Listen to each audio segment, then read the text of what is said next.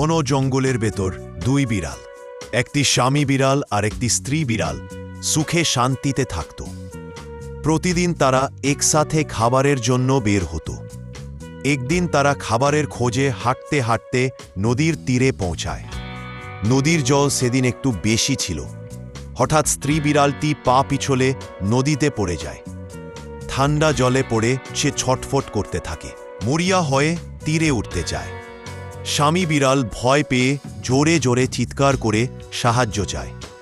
তার চিৎকার শুনে কাছাকাছি থাকা এক কাঠুরে দৌড়ে আসে। সে লম্বা ডাল বাড়িয়ে স্ত্রী বিড়ালটিকে টেনে তোলে। ভেজা শরীর নিয়ে স্ত্রী বিড়াল তীরে এসে হাঁপাতে থাকে। স্বামী বিড়াল তাকে জড়িয়ে ধরে। কাঠুরেকে তারা মিউ মিউ করে ধন্যবাদ জানায়। তারপর দুজন আবার জঙ্গলে ফিরে যায়, আরও বেশি একে অপরকে ভালোবেসে, আরও সতর্ক হয়ে।